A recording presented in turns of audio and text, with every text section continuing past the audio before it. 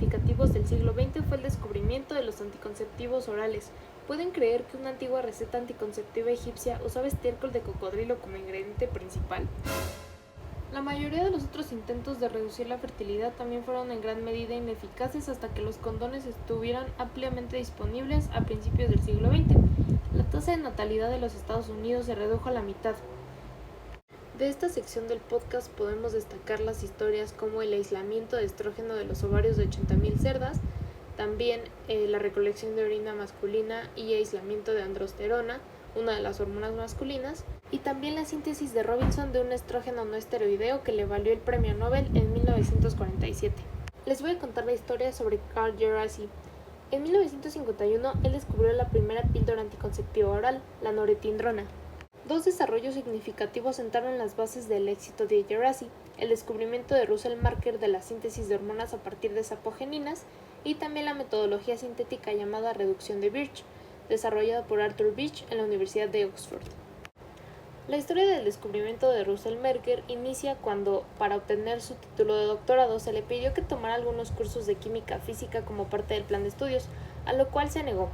En un principio encontró empleo en el Instituto Rockefeller de Investigación Médica, donde entró a una cátedra y escuchó a un químico japonés hablando sobre su aislamiento de la sapogenina, de una planta parecida al ñame del género Dioscorea. Merker, para transformar esos abundantes esteroides naturales en progesterona, después de enterarse de que las sapogeninas abundaban en ciertos tipos de ñame silvestre mexicano, se esforzó por convencer a Penn State y Parke Davis para que desarrollaran su proceso, pero no tuvo éxito. Merker posteriormente se mudó a una cabaña en México, donde recolectó 10 toneladas de ñame. Al regresar a los Estados Unidos aisló diosgenina de los ñames y la transformó en 2.000 gramos de progesterona. Un día de 1943 se presentó en la oficina de una empresa farmacéutica local en la Ciudad de México, Laboratorios Hormona, con 2 kilogramos de progesterona, más de la mitad del suministro mundial, con un valor de mercado de $160.000. Los dos dueños de la compañía quedaron tan impresionados que lo invitaron a unirse a ellos para formar una nueva compañía, Syntex. Syntex eventualmente fue capaz de sintetizar los 4 esteroides importantes: progesterona, testosterona, estrógeno y cortisona, a partir de materias primas económicas que se encuentran en el ñame silvestre mexicano. Pasando a la historia de la reducción de Birch, descubrió una nueva metodología sintética que demostró ser indispensable para la creación de la primera píldora anticonceptiva oral.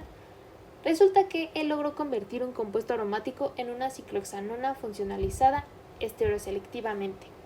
Birch logró la reducción por disolución de metales y Djerassi se dio cuenta de inmediato de su utilidad, así que la usó para su diseño del primer fármaco anticonceptivo oral, la norepinefrina, que fue sintetizada por Luis Miramontes, un joven estudiante universitario mexicano que trabajó en Syntex.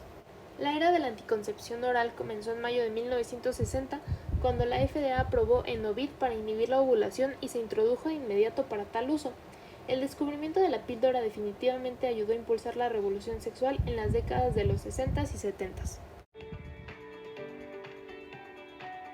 Para finalizar con el podcast, el último subtema que tocaremos va a ser el VIH. A principios de la década de los 80 se identificó al virus de inmunodeficiencia humana como el agente etiológico del SIDA. En 1987 se introdujo el primer fármaco contra el VIH, AZT.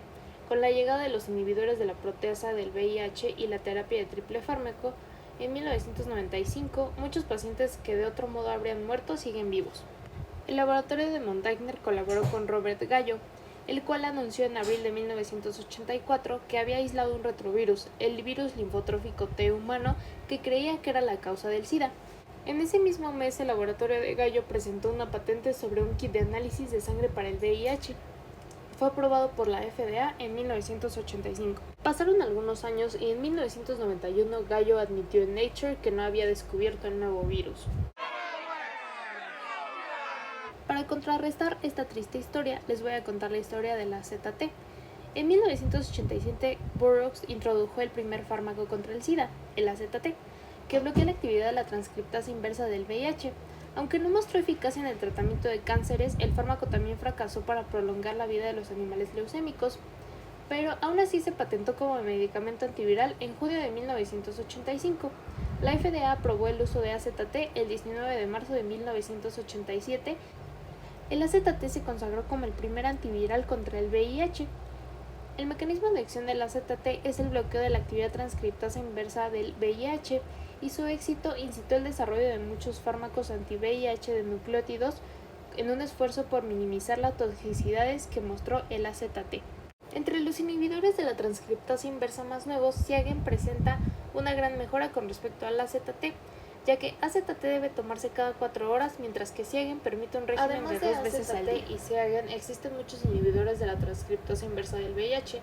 Denis Liotta y su colega virólogo Raymond Schnassi descubrieron otro inhibidor de la transcriptasa inversa, Epivir, que permite un régimen de 1 vez al día.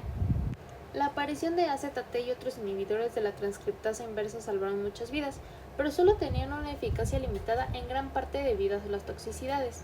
La biodisponibilidad de proteasa en los inhibidores redujo la tasa de mortalidad de los pacientes con SIDA en un 70%. Saquinavir, de Roche, fue la primera proteasa del VIH inhibidor en el mercado estadounidense. Se descubrió que un tripéptido era ideal teniendo en cuenta tanto la potencia como la biodisponibilidad. Como consecuencia, los tripéptidos se convirtieron en un tema común en muchos inhibidores de la proteasa a seguir. Roche, en 1991, cuando el equipo llegó a Ro318959, que luego se convertiría en Saquinavir, el cual se convirtió en el primer inhibidor de la proteasa de VIH para el tratamiento del SIDA cuando fue aprobado por la FDA en diciembre de 1995. Se encontró más beneficioso coadministrarlo con otro inhibidor de la proteasa, el ritonavir de Abbott. Abbott contrató al farmacólogo Ferit Murad. El equipo de Abbott, mientras que se rumoraba que Merck tenía 30 químicos en su proyecto de inhibidores de proteasa del VIH, Kemp tenía 3. Kemp pertenecía al equipo de Abbott, junto con John Erickson. Al integrar el diseño de fármacos basado en la estructura y la química médica tradicional, prepararon una serie de inhibidores basados en la simetría para igualar la naturaleza simétrica de la proteasa del VIH. Usando este enfoque, los investigadores llegaron al A77003, un tetrapéptido. Al reducir el peso molecular y reemplazar los aminoácidos existentes por otros más solubles, consiguieron un aumento de la biodisponibilidad. La sustitución de las piridinas por tiazoles y un pequeño ajuste dieron lugar al ritonavir, cuya disponibilidad fue del 78% en comparación con el 26% del análogo de piridilo. Después de una evaluación de seguridad y una serie de otros estudios, Abbott pasó el ritonavir a ensayos clínicos y descubrió que produjo una disminución rápida y profunda del ARN viral en el plasma en pacientes con SIDA. El ritonavir es un potente inhibidor de P450-3A4. Como resultado, la terapia de doble inhibidor de la proteasa ha demostrado ser un régimen poderoso en términos de eficacia y minimización resistente a las drogas. El indanivir de Merck fue el tercero en el mercado. Merck comenzó su investigación sobre el inhibidor de la proteasa en 1986 con Irving Segal, quien desgraciadamente falleció ya que sobre los cielos de Lockerbie, Escocia, una bomba terrorista destrozó el avión Pan Am 113.